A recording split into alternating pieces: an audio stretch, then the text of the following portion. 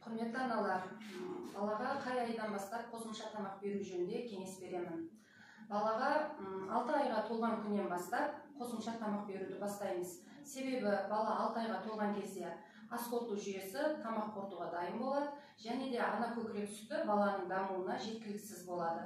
Сол себепті 6 айға толған күннен бастап қосымша тамақ беруді бастаймыз.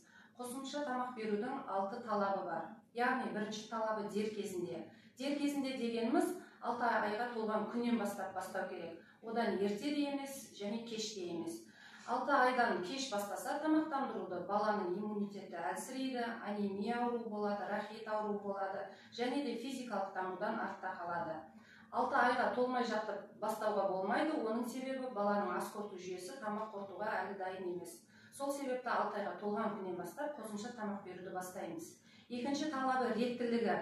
Яғни емізетін бала болса, ана көкірек сүтімен емуді күндіз-түні жалғастырасыз, қосымша тамақты күніне 3 рет бересіз. Егер бала смес ішетін болса, ол кезде қосымша тамақты 5 рет бересіз. Үшінші талабы мөлшері бойынша. 6 ай мен 7 айдың аралығында 150 мл тамақ жеу керек, яғни 10 ас қасық. Бірақ балаға бірден 10 ас қасық тамақ беруге болмайды. Бірінші күні 1 шай қасықтан бастап үйретеміз. Үйретуді тым ұзаққа созуға болмайды, 2 апта 10 күннің ішінде үйретіп үлгеру керек. Төртінші талабы құнарлық құндылығы. Яғни балаға 6 айға толған күні 3 компоненттен тұратын тамақ береміз.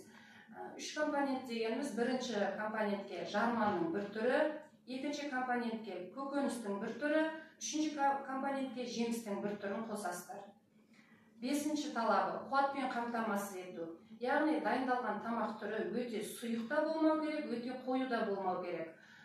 Жасалған ботқамыз қасық салған кезде баяу бататындай болу керек. Алтыншы талабы қауіпсіздігі.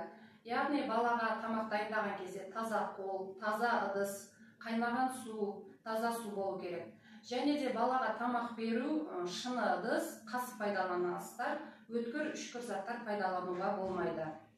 Сәбиге алғаш рет тамақ берген кезде аш қарынға беріп бастайсыздар. Бала бірден тамақты ішіп кетпейді, себебі ана көкірек сүтін емген балаға басқа тағам дәмін үйренгенше уақыт керек. Сол үшін бірінші күні бала жемеуі мүмкін, бас тартуы мүмкін. Ол кезде балаға зорлап беруге болмайды. Күнделікті қайталап беруді үйрете бересіздер. Балаға бірінші тамақ берген кезде 3 компоненттің бәрін мүмкіндігінше бермей, бірінші бір компоненттен бастап үйретесіздер. Яғни бірінші күні жарманың түрін үйретесіздер дәмін, екінші күні көкөністің түрін, үшінші күні 3 компонентті қосып бере бастайсыздар.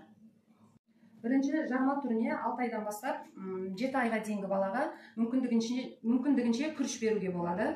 Көкөніс түріне картоп алдым, бұл жерге сәбіз, асқабақта қосуға болады. Жеміс түріне банан алдым, оған алма, грушада қосуға болады. Бірінші күрішті алып, ситадан өткіземіз.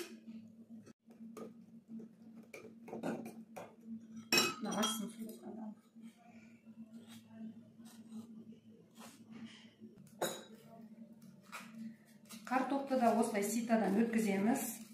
Және де осы езіп атқан қасықпен астынан алуға болмайды. Астынан басқа қасықпен аламыз. Себебі түйіршіктері өтіп кетпеу керек.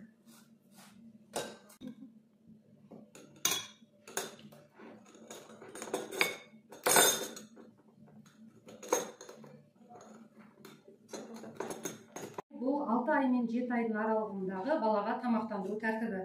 Бірінші бергенде балаға жарма береміз, күрішті. Екінші бергенде картоптың өзін береміз, көкөніс. Үшінші жемісті береміз. Осы 3 дәмге баланы үйретіп болған соң, баланың тамақтандыру 3 компоненттен болу керек. Яғни күріш, көкөніс, 3 компоненттің мөлшерін бірдей етіп саламыз. Және де бұны жақсылап араластырамыз.